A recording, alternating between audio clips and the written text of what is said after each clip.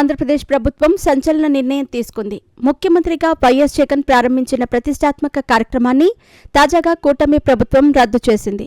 దీంతో వైఎస్ జగన్కు భారీ షాక్ తగిలింది. ప్రభుత్వ సంక్షేమ కార్యక్రమాలు, పథకాలు ప్రజలకు వివరించేందుకు, సమస్యలను ప్రజల ఇంటి వద్దనే పరిష్కరించడానికి రూపకల్పన చేసిన కార్యక్రమాన్ని చంద్రబాబు ప్రభుత్వం రద్దు చేస్తూ ఉత్తర్వులు జారీ చేసింది. వైఎస్ఆర్సీపీ ప్రభుత్వంలో గడప గడపకు మన ప్రభుత్వం కార్యక్రమం అమలు చేసిన విషయం తెలిసిందే.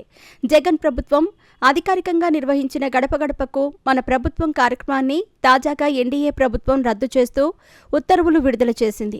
ఆ కార్యక్రమాన్ని రద్దు చేస్తూ ఆర్థిక శాఖ principal secretary Piyush Kumar GO జారీ చేశారు.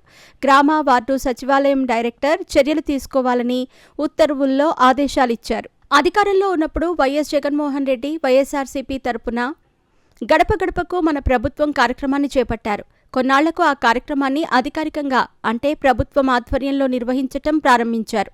ఎన్నికలకు ముందు 2023లో ఈ కార్యక్రమాన్ని అధికారికంగా మార్చటంతో తీవ్ర విమర్శలు వ్యక్తమయ్యాయి.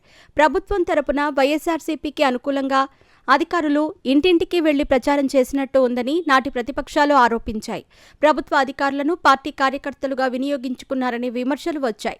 ఎన్నికల ముందు కూడా అధికారులతో జగన్ ప్రభుత్వం చేపట్టిన పథకాలు, సంక్షేమ కార్యక్రమాలు ఇంటింటికి వెళ్లి వివరించారు. అయినా కూడా వైఎస్ఆర్సీపీ అధికారం కోల్పోయింది. అధికారంలోకి వచ్చిన చంద్రబాబు 7 నెలల తర్వాత జగన్ చేపట్టిన గడప గడపకు మన ప్రభుత్వం కార్యక్రమాన్ని రద్దు చేశారు.